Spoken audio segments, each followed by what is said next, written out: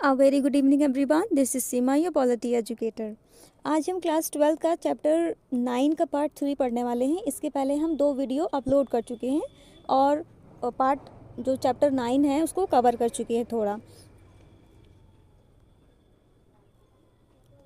तो आज हम भारत और वैश्वीकरण पढ़ने वाले हैं। ठीक है, कि जो भारत है उस पे वैश्वीकरण का क्या मतलब इफ़ेक्ट पड़ा है, प्रभाव क्या पड़ा है भारत पर वैश्वीकरण का। ठीक है, तो आज हम इस वीडियो में जो इंडिया है उसके पर्सपेक्टिव से ग्लोबलाइजेशन की क्या मायने हैं वो हम देखने वाले हैं। और इसी के साथ साथ में हमने पार्ट 1 और पार्ट 2 की वीडियो में इंट्रोडक्शन, इसके साथ साथ में वैश्वीकरण क्या है, ग्लोबलाइजेशन क्या है, इसके साथ इसके आयाम कौन कौन से हैं। तो इसके 3 आयाम हम कवर कर चुके हैं, जैसे कि राजनीतिक आयाम, सांस्कृतिक आयाम, इसके साथ साथ में आर्थिक आयाम। आज हम इंडिया के पर्सपेक्टिव से ग्लोबलाइजेशन को देख रहे हैं। तो चलिए आज की वीडियो स्टार्ट करते हैं। औपनिवेशिक दौर में ब्रिटेन के साम्राज्यवादी मंसूबों के परिणाम स्वरूप भारत आधारभूत वस्तुओं और कच्चे माल का निर्यातक तथा बने बनाए सामानों का आयातक देश था। ठीक है, तो यहाँ पे जब हम औपनिवेशिक काल की बात कर रहे हैं, जब यहाँ पर अंग्रेज़ों का दबदबा था, अंग्रेज़ों का राज चलता था, तब की बात कर रहे हैं। तो जो कच्चा माल होता था, जो नेचुरल रिसोर्सेज थे, वो हम ब्रिटिश को प्रोवाइड करते थे और वो वहाँ पर फैक्ट्रीज़ में उस नेचुरल रिसोर्सेज को यूज़ करके कुछ यूजेबल चीज़ बना के वो हमारे ही देश में उच्च दरों पर बेचता था। यानी कि जो नेचुरल रिसोर्सेज थे उनको कम दाम में खरीद कर कोई सामान का प्रोडक्शन करके उसके बाद में क्या करता था, वो यहीं पर वापस उच्च दर पर बेचता था। 1991 में वित्तीय संकट से उबरने और आर्थिक वृद्धि की ऊंची दर हासिल करने की इच्छा से भारत में आर्थिक सुधारों की योजना शुरू हुई। ठीक है, अब देखिए जो 1991 था, तो 1991 में वित्तीय संकट आ गया था। ठीक है, क्योंकि इसके पहले हमारे देश में आपातकाल भी लग चुका था और गठबंधन की सरकारें थीं, तो कोई भी सरकार ठीक से काम नहीं कर पा रही थी, मजबूत सरकार कोई भी नहीं थी और पंचवर्षीय योजना भी चल रही थी। तो इसके चलते पंचवर्षीय योजना में तो कुछ हमारी जो खेती है, जो किसानों को, उनको कुछ फसलों में मुनाफा हुआ, लेकिन 1991 में जो आपातकाल था और जो युद्ध हुए थे 1961 में, 62 में, ठीक है, चीन के साथ 1962 में युद्ध हुआ, पाकिस्तान के साथ 2 बार युद्ध हुआ। तो इन सब युद्धों के चलते, इन सब परिस्थितियों के चलते, कोई गठबंधन की सरकार थी, सभी कोई मजबूत सरकार नहीं थी, इन सभी परिस्थितियों के परेशानियों के चलते 1991 में वित्तीय संकट हमें झेलना पड़ा। और इस वित्तीय संकट से उबरने के लिए हमने क्या किया, हमने भी जो वैश्वीकरण है उसको अपना लिया। इसके अंतर्गत विभिन्न क्षेत्रों पर आयात बाधाएं हटाई गईं। इन क्षेत्रों में व्यापार और विदेशी निवेश भी शामिल थे। ये कहना जल्दबाजी होगी कि भारत के लिए ये सब कितना अच्छा साबित हुआ। ठीक है, अब यहाँ देखिए, जब 1991 में हम लोगों ने एलपीजी को अपना लिया, ग्लोबलाइजेशन, प्राइवेटाइजेशन एंड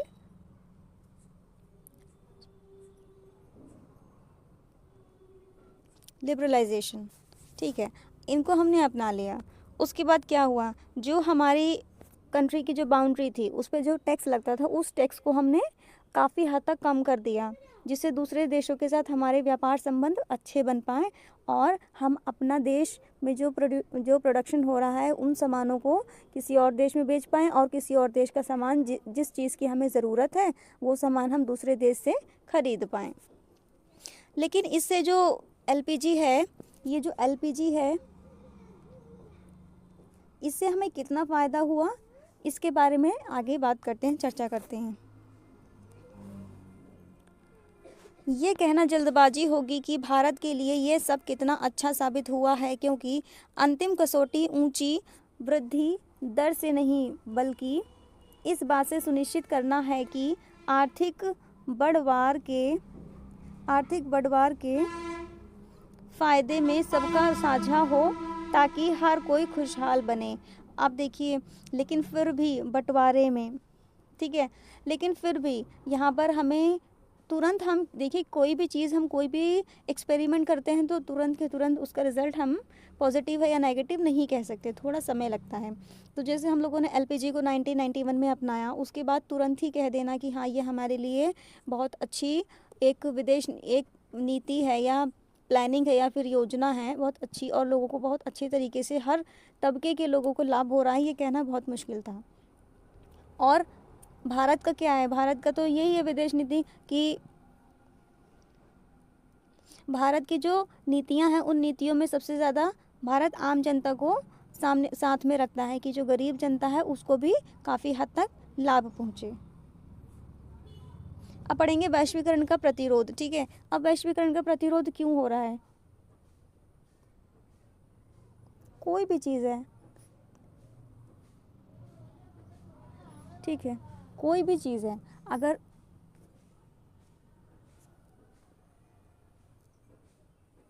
कोई भी चीज़ है अगर वो वैश्वीकरण का प्रतिरोध हो रहा है, यानी कि कोई भी ऐसी अवधारणा है, कोई भी ऐसा कॉन्सेप्ट है या फिर कुछ भी ऐसी चीज़ है जो हमें इफ़ेक्ट तो कर रही है, लेकिन अगर वो पॉजिटिव के साथ नेगेटिव इफ़ेक्ट भी बराबर डाल रही है तो कुछ ना कुछ लोग, कोई ना कोई लोग तो उसका प्रतिरोध करेंगे ही। जो भी है, किसी भी चीज़ के प्लसेस भी होते हैं और माइनसेस भी होते हैं। ठीक है, सकारात्मक पहलू भी होते हैं और नकारात्मक पहलू भी होते हैं। तो इसी को ध्यान में रखते हुए कुछ लोगों ने वैश्वीकरण, ग्लोबलाइजेशन का प्रतिरोध भी किया है। ठीक है, वैश्वीकरण एक बहुत ही व्यापक अवधारणा है। वामपंथी राजनीतिक रुझान रखने वालों का तर्क है कि मौजूद वैश्वीकरण विश्वव्यापी पूंजीवाद की एक खास अवस्था है जो धनिकों को ज़्यादा धनी तथा इनकी संख्या में कमी और गरीबों को और ज़्यादा गरीब बनाती है। ठीक है, देखिए जो ग्लोबलाइजेशन है, ग्लोबलाइजेशन के ज़रिए हम लोगों ने व्यापार में तो वृद्धि कर ली है, प्रोडक्शन में वृद्धि कर ली है, और एक देश से दूसरे देश में सामान की आवाजाही भी हो गई है। लोगों की आवाजाही, पूंजी की आवाजाही, विचारों की आवाजाही, संस्कृति की आवाजाही, सब कुछ हुआ। लेकिन औद्योगिकीकरण भी तो इसी में हुआ, और जब औद्योगिकीकरण हुआ तो क्या हुआ, जो लोग रोज़गार जिनके पास था पहले, अब वो लोग बेरोज़गार हो गए, और बेरोज़गारी की वजह से वहाँ पर गरीबी बढ़ गई है। और जिन लोगों के पास सेल्फ बिजनेस था, जिनके पास खुद का बिजनेस है, उनको काफ़ी मुनाफा हुआ। इसलिए यहाँ पर लिखा है जो धनी लोग थे वो और भी ज़्यादा धनी हो गए, और जो गरीब लोग थे वो और भी ज़्यादा गरीब हो गए। वैश्वीकरण के दक्षिणपंथी आलोचक इसके राजनीतिक, आर्थिक और सांस्कृतिक प्रभावों को लेकर चिंतित हैं। ठीक है, वैश्वीकरण, जो दक्षिणपंथी लोग हैं वो लोग क्या कह रहे हैं, जो दक्षिणपंथी अवधारणा को अपनाते हैं वह लोग कह रहे हैं कि इसके जो राजनीतिक, आर्थिक, सांस्कृतिक तीनों आयाम हैं, उन तीनों आयाम के जो प्रभाव है वो नेगेटिव पड़ रहे हैं। राजनीतिक अर्थों में उन्हें राज्य के कमज़ोर होने की चिंता है। वह चाहते हैं कि कम से कम कुछ क्षेत्रों में आर्थिक आत्मनिर्भरता और संरक्षणवाद का दौर फिर कायम हो। यानी कि आत्मनिर्भरता यानी कि सेल्फ इंडिपेंडेंस।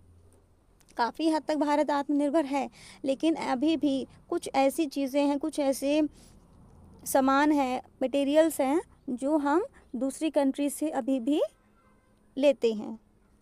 और संरक्षणवाद यानी कि अपनी जो राष्ट्रीय सीमा है उसको संरक्षण का कम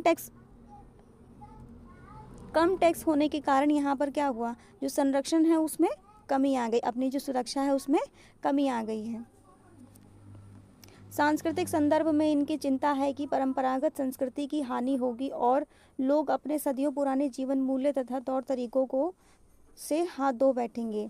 ठीक है, और जो संस्कृति की बात है तो अपने ट्रेडिशन को भूल जाएंगे, यहाँ पर इस चीज़ का खतरा मंडरा रहा है। वैश्वीकरण विरोधी बहुत से आंदोलन वैश्वीकरण की धारणा के विरोधी नहीं बल्कि वैश्वीकरण के किसी खास कार्यक्रम के विरोधी हैं जिसे वे साम्राज्यवाद का एक रूप मानते हैं। ठीक है, तो यहाँ पर कहने की बात, यहाँ पर सीधी सीधी कहने की बात ये है कि जो वैश्वीकरण विरोधी हैं वो आंदोलन भी कर रहे हैं कई तरीके से। ये इसकी जो धारणा है, इसका जो कॉन्सेप्ट है वो इसके पीछे हैं। लोग इसकी जो धारणा है जैसे कि लाइफस्टाइल चेंज करना, ट्रेडिशन को अपने बदल देना, अपने ट्रेडिशन को भूल जाना, दूसरे के ट्रेडिशन को अपना लेना, इन सब चीज़ों की जो होड़ है उस होड़ के विरोधी हैं ये लोग।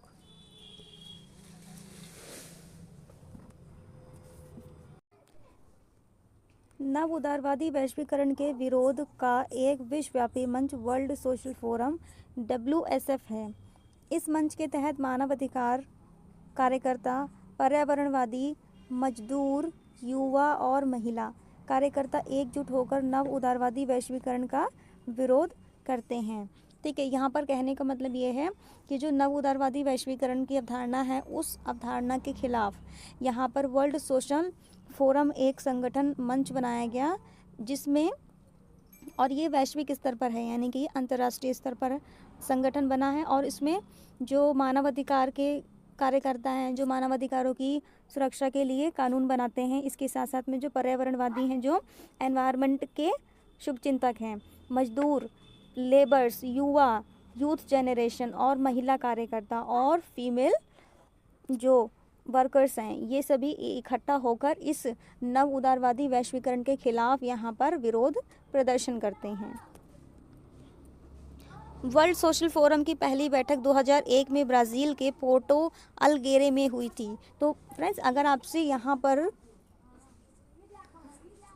वर्ल्ड सोशल फोरम की बैठक के बारे में अगर बात की जाएगी तो आप लिखेंगे 2001 में हुई। ठीक है, पहली बैठक।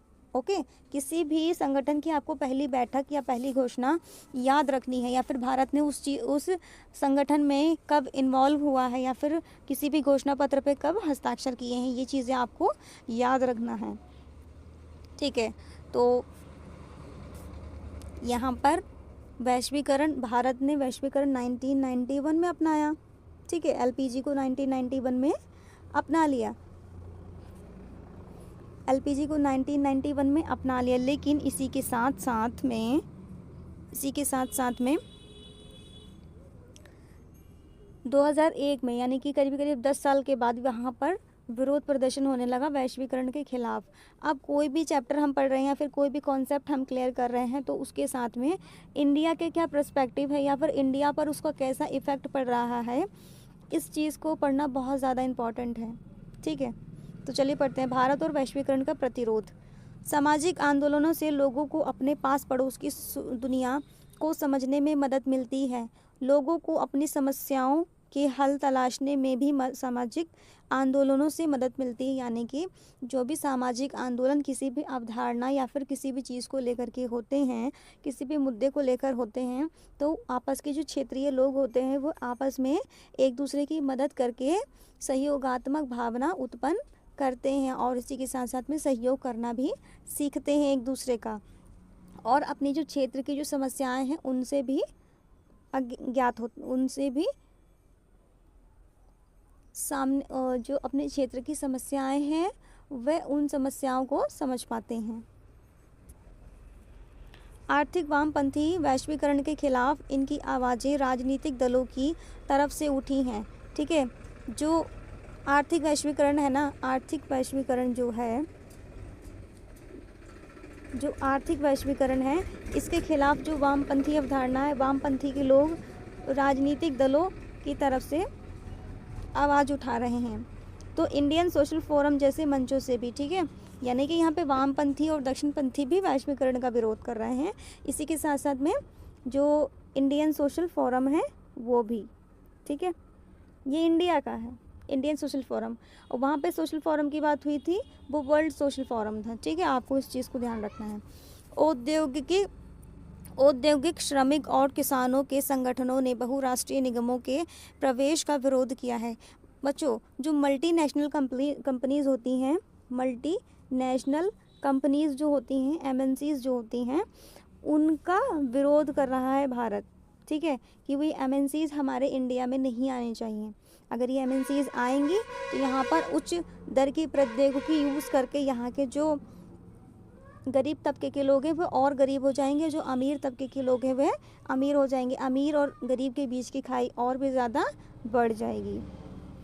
वैश्वीकरण का विरोध राजनीति के दक्षिणपंथी खेमों से भी हुआ है। यह खेमा विभिन्न सांस्कृतिक प्रभावों का विरोध कर रहा है, जिसे केबल नेटवर्क के ज़रिए उपलब्ध कराए जा रहे विरोधी टीवी चैनलों से लेकर वैलेंटाइन डे मनाने तथा स्कूल कॉलेज के छात्र छात्राओं की पश्चिमी पोशाकों के लिए बढ़ती अभिरुचि तक का विरोध शामिल है।